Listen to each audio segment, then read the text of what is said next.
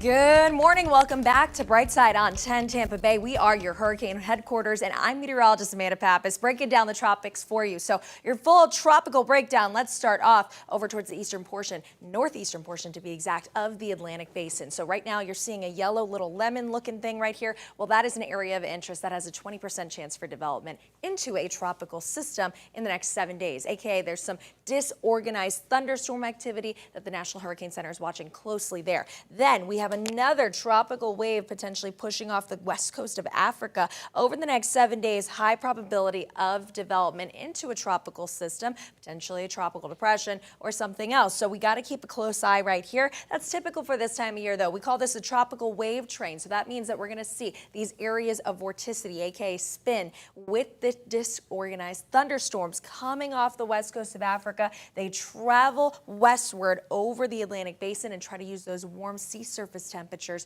to get their act together and develop into tropical systems. And why this matters is these are the infancy stages of what could be tropical systems such as tropical storms and hurricanes here for the United States. So the one I'm watching the closest right now and definitely has the highest probability of development as soon as today or into tomorrow is going to be Invest 95L. So this is an area of disorganized thunderstorms the National Hurricane Center is monitoring closely. That's why it's called an invest. They're investigating this. They're going to continue to monitor it as it's forecast to move towards the west and northwest and get closer to the Leeward Islands potentially. Now, I know that could be a little bit of a scarier track because it looks like it's coming to the U.S., but there is plenty of time before this system gets even close to us for it to completely fall apart, weaken, be disorganized, or completely turn. So we got to wait realistically to see what the models are going to put out for us. So don't worry, trust myself and the rest of your weather team to bring you the latest. We are the climate specialists here at WTSP. But the next name on the list, if anything were to form,